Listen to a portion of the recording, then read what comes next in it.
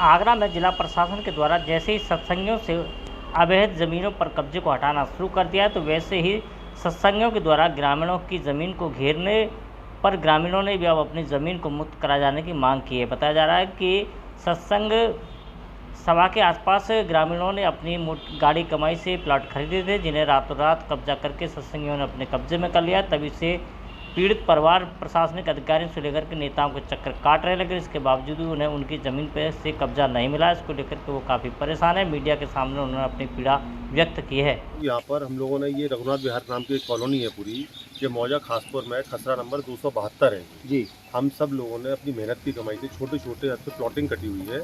अशोक अग्रवाल जी ने ये कॉलोनी काटी थी। हम सब लोगों ने एक एक छोटे छोटे टुकड़े इसमें से लिए थे। हम लोगों ने जब ये कॉलोनी की रजिस्ट्री कराई थी, अपने प्लॉट खरीदे हम सब लोगों ने, तो उस पूरी कॉलोनी की बाउंड्री की हुई थी। बाउंड्री करे हुए टुकड़े में से हम लोगों ने छोटी छोटी रजिस्ट्रियाँ कराई थी।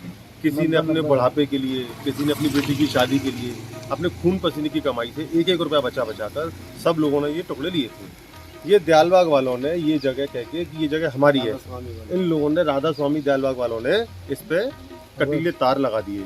हम लोगों ने तहसीलदार से, लेखपाल से, SDM साहब से गुहार लगाई कि साहब ये जगह हमारी है, हमारी जगह पे ये लोग कब्जा कर रहे हैं, इसे रोका जाए।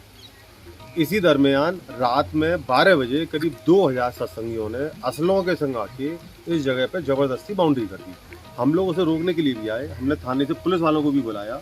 ये 2000 संख्या में थे, पुलिस वाले 5-10 लोग आए भी।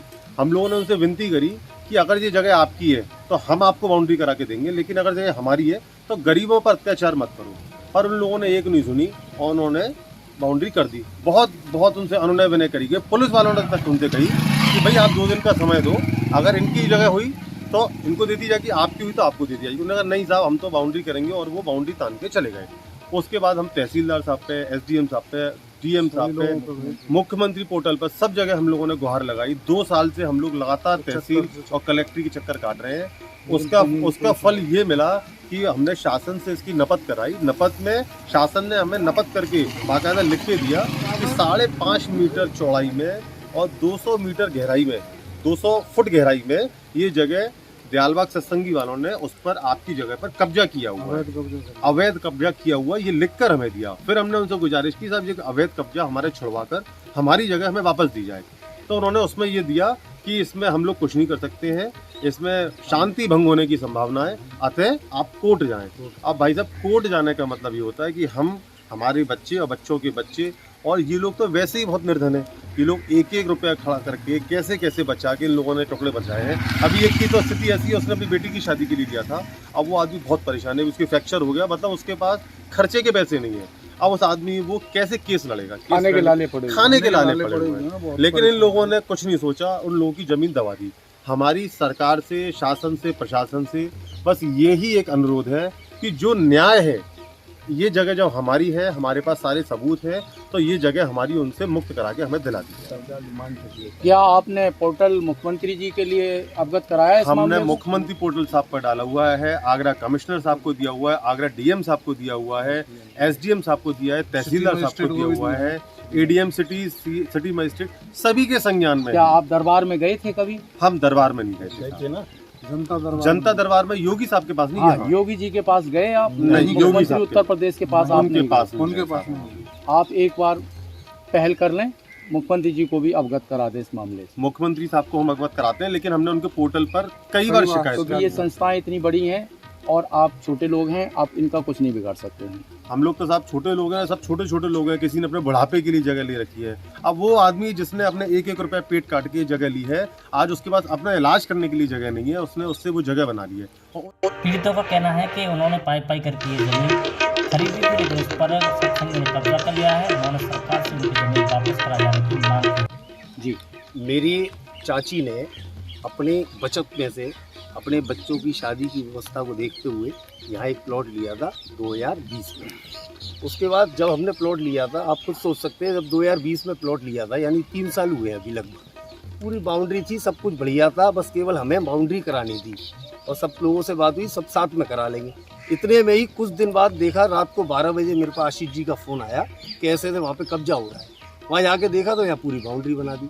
उसके बाद लगातार भागे दौड़े, लगातार राजनीतिक लोगों से मिले, लगातार जो सत्ताधारी हैं उनसे मिले लगातार, लेकिन किसी ने भी सहयोग करने की कोशिश नहीं की। उसके बाद प्रशासन ने कोई सहयोग नहीं करा आज तक, लेकिन हमारा कागज के माध्यम से सबने ये जरूर साथ दिया कि ये जगह आपकी है। आश्वासन देते रहे, आश्वासन देते रहे, लेकिन बस एक बात और कहते रहे कि भाई इनसे लड़ना बहुत खतरनाक है। क्यों? अब ये हमने उनसे पूछा तो बोले भाई हक की लड़ाई नहीं लड़ सकता। हमने उनसे कहा कि साहब ये तो इस समय जो सरकार चल रही है दुनिया भर की जमीनें मुक्त कराई जा रही हैं। मैंने उनसे कहा एक दिन अधिकारियों से, मैं साहब अगर मेरी जमीन नहीं है आप सारी ले लो, लेकिन ऑन पेपर मुझे बता दो कि मेरी नहीं है। तो मुख्यमंत्री जी जब बुलडोजर चलवा रहे हैं अवैध कब्जों पर, तो इस पे क्यों नहीं पहल करी? मुख्यमंत्री जी के ट्विटर पे मैंने कई बार करा, मुख्यमंत्री जी के पोर्टल पे शिकायत की गई है, क्षेत्रीय विधायक पे गए, क्षेत्रीय सांसद पे गए, उन्होंने भी यही कहा कि मैं बात करूंगा, आश्वासन देते रहे और इनके हाथ बहुत लंबे हैं जी। सांसद जी के दरवाजे गए, वहाँ सांसद जी के जो आदमी बैठे थे उन्होंने कह दिया कि ठीक है देखेंगे। अन्य बीजेपी के नेताओं पे गए, संघ के नेताओं पे गए, उन्होंने भी आश्वासन दे दिया कि दे देंगे और एक बार डराते भी रहे। अब देख प्रदेश भर के सभी अवैध निर्माणों को कब्जा से मुक्त करा के, ध्वस्त करा के आम जनता को निजात दिलाई है ध्वस्त अतिक्रमों से। इसी तरह मेरा आपसे निवेदन है माननीय मुख्यमंत्री जी से कि आगरा की जमीन को इन हमारे छोटे छोटे प्लॉटों को मुक्त कराकर हम पे दया करने की कृपा करें। हम आपके बहुत आभारी रहेंगे। आपसे बहुत उम्मीद है, इस सरकार से बहुत उम्मीद है।